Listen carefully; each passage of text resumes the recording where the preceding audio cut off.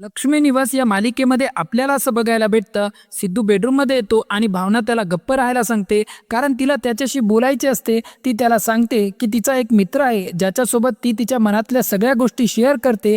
हे ऐकून सिद्धू घाबरतो, पण भावना त्या मित्राचे नाव मिस्टर गाडे पाटील असे सांगते, जे सिद्धूचेच नाव असते. हे ऐकून सिद्धूला खूप आनंद होतो. सिद्धू भावनाचे आभार मानतो की तिने त्याला सर्व काही स्पष्टपणे सांगितले. भावनाचे बोलणे संपल्यावर सिद्धू तिला थांबवतो आणि सांगतो की त्याचे बोलणे अजून बाकी आहे. सिद्धू भावनाला सांगतो की त्यांच्या लग्नाचं जागरण गोंधळ आज रात्री आहे आणि तिला त्यासाठी तयार व्हायचे आहे. भावना हे ऐकून गोंधळते आणि सांगते की तिने हे लग्न तिच्या मनाविरुद्ध केले आहे. सिद्धू तिला समजावतो की त्याला हे माहीत आहे, पण त्याने या लग्नाबद्दल अनेक स्वप्ने पाहिली होती आणि तिलाच त्याच्यासोबत पूजेला बसायचे होते. तो तिला विनंती करतो की तिने कार्यक्रमासाठी तयार राहावे आणि तिथून निघून जातो. भावना त्याच्या बोलण्याचा विचार करत राहते. इकडे घरी संतोषचा महाबचत प्रोग्राम सुरू असतो. तो लक्ष्मी आणि श्रीनिवासकडून चहाचा कप काढून घेतो आणि त्यांना अर्धाच चहा देतो. लक्ष्मी मिक्सर लावत असताना श्रीनिवास तिला पाटावर वाटप करायला सांगतात. संतोष पंखा बंद करून त्यांना पेपरने हवा घालायला लावतो. तो लक्ष्मीकडून इस्त्रीसाठी दिलेले कपडे काढून घेतो आणि श्रीनिवासला नवीन इस्त्री आणून देतो. त्यांना स्वतःच इस्त्री करायला सांगतो. लक्ष्मीला मशीनवर कपडे शिवायला देतो. बाहेर कपडे न देण्यास सांगतो. श्रीनिवास नातवाला स्कूटीवरून सोडायला जात असताना संतोष गाडीची चावी काढून घेतो. पेट्रोल वाचवण्यासाठी त्यांना चालत जायला सांगतो. आरती आणि विना संतोषच्या या वागण्यामुळे खूप वैतागलेले असतात. आरती विनाला सांगते की सिद्धू तिला रस्त्यात भेटला होता आणि त्याने हळद उतरवण्याचा कार्यक्रम बाकी असल्याचे सांगितले होते, पण संतोषच्या नवीन नियमामुळे काहीच करणे शक्य नाहीये. विना तिला समजावते की ती काहीतरी मार्ग काढतील आणि बचतीमध्येच हळद उतरवण्याचा कार्यक्रम करतील. आरतीला हे पटतं, कारण हे विधी पूर्ण होण्याचे महत्त्वाचे असते. इकडे पूर्वी गोंधळाच्या कार्यक्रमाला आलेली असते. आजी पूर्वीला सांगते की तिला भावनाला खाली लेटण्याची चांगली संधी आहे. तिला आठवण करून देते की भावनाने तिची नवीन साडी जाळली होती. पूर्वीला हे आठवते आणि ती आजीला सांगते की तेव्हापासूनच भावना तिच्या डोक्यात आहे. आजी तिला आज भावनाची साडी जाळायला सांगते. सगळे जेवायला बसलेले असतात, पण फक्त खिचडी असते. हरीश तूप मागतो, पण संतोष त्याला ओरडतो आणि सांगतो की फक्त खिचडीच खायला मिळेल. पापड, लोणचे किंवा तूप मिळणार नाही, कारण त्यात जास्त पैसे लागतात आणि घरातले सर्व पैसे तोच देतो. विना सांगते की त्यांना वरून तशी ऑर्डर आली आहे. संतोष पुढे सांगतो की खिचडी सोबत एक्स्ट्रा तूप हवे असल्यास 50 रुपये, पापड 20 रुपये आणि लोणचे 10 रुपये लागतील. व्यंकीला साधी खिचडी घशाखाली जात नसल्याने तो दुधाचा ग्लास मागतो, पण संतोष त्यालाही गप्प बसून जे समोर आहे तेच खायला सांगतो. सगळेजण निमूटपणे जेवण करतात. जागरण गोंधळाचा कार्यक्रम सुरू होतो. सिद्धू आणि भावना जोडीने बसलेले असतात. गाडे पाटील कुटुंबीय एकमेकांकडे रागाने पाहत असतात. सिद्धूला मात्र खूप आनंद झालेला असतो, कारण त्याची स्वप्ने पूर्ण होत असतात. जागरण गोंधळ सुरू असताना सिद्धू भावनासाठी खास पोवाडा गायला लागतो. घरातील सगळे त्याच्याकडे पाहत राहतात. त्याने गाडे पाटलांना गुलाबाचे काटे असे हिणवलेले असते, त्यामुळे सगळे रागात असतात. भावनाचे मात्र त्याने खूप कौतुक केलेले असते, त्यामुळे तीही गोंधळलेली असते. गोंधळी विचारतात की कोणाला देवीचा नवस करायचा आहे का. तेवढ्यात रेणुका येते आणि म्हणते की तिला नवस करायचा आहे.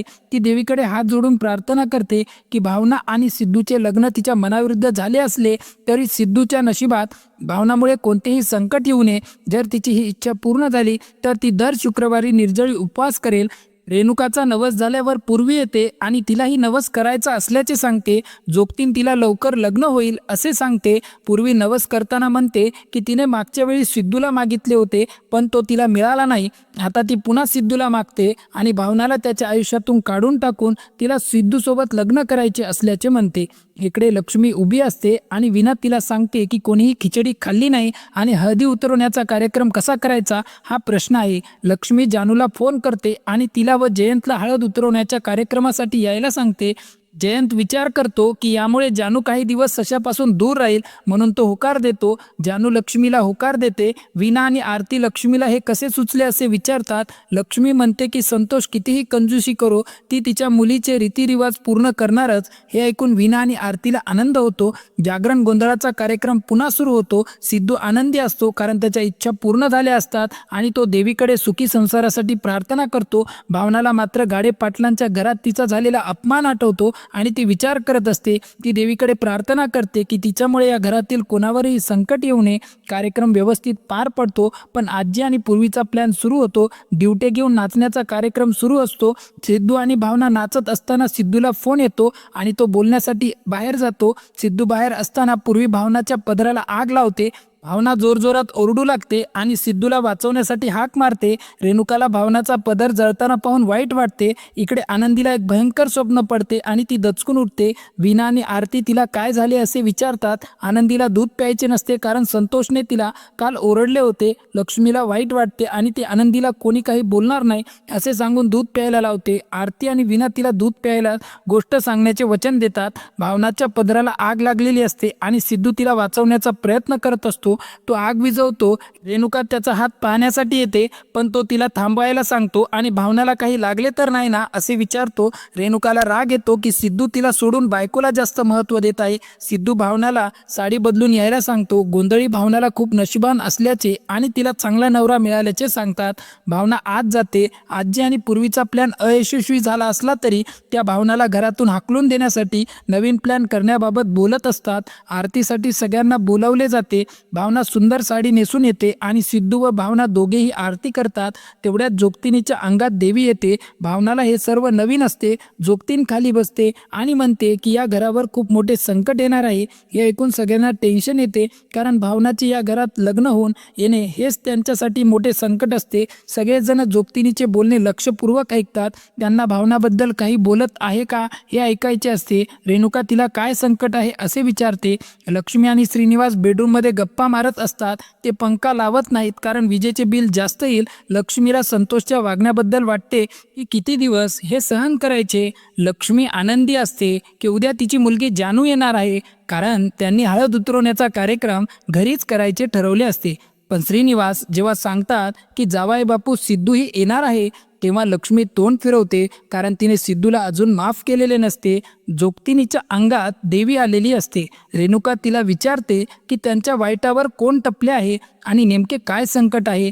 ती देवीला खना नारळाने ओटी भरेल असे म्हणते. भावना खूप घाबरलेली असते. तिला वाटते की जर तिचे नाव घेतले तर तिचे काही खरे नाही. रेणुका खूप बैचेन होते आणि देवीला विनवणी करते की त्यांच्या घरावर कुणामुळे संकट येणार आहे ते सांगा. जोगतींसमोर असलेल्या पूर्वीकडे बोट दाखवते आणि म्हणते की हीच या घरावर संकट बनून आली आहे. हे ऐकून सगळ्यांना धक्का बसतो. पुढील भागात जानू झोपलेली असताना जयंत्या सशाचा गळा आवळण्याचा प्रयत्न करतो. लक्ष्मी आणि श्रीनिवास संतोषला धडा शिकवण्यासाठी काहीतरी करायचे असे बोलतात. मित्रांनो, आता मालिकेत पुढे काय होणार हे पाहणे आता फार इंटरेस्टिंग होणार आहे. आजचा व्हिडिओ तुम्हाला आवडला असेल तर व्हिडिओला एक लाईक नक्की करा. लक्ष्मी निवास या मालिकेचे असेच अपडेट बघण्यासाठी आमच्या चॅनलला आजच सबस्क्राईब करून ठेवा आणि लवकरात लवकर मालिकेचे अपडेट मिळवा. बेल आयकन दाबायला विसरू नका जेणेकरून तुम्हाला नोटिफिकेशन मिळेल. आता भेटू आपण पुढच्या व्हिडिओमध्ये.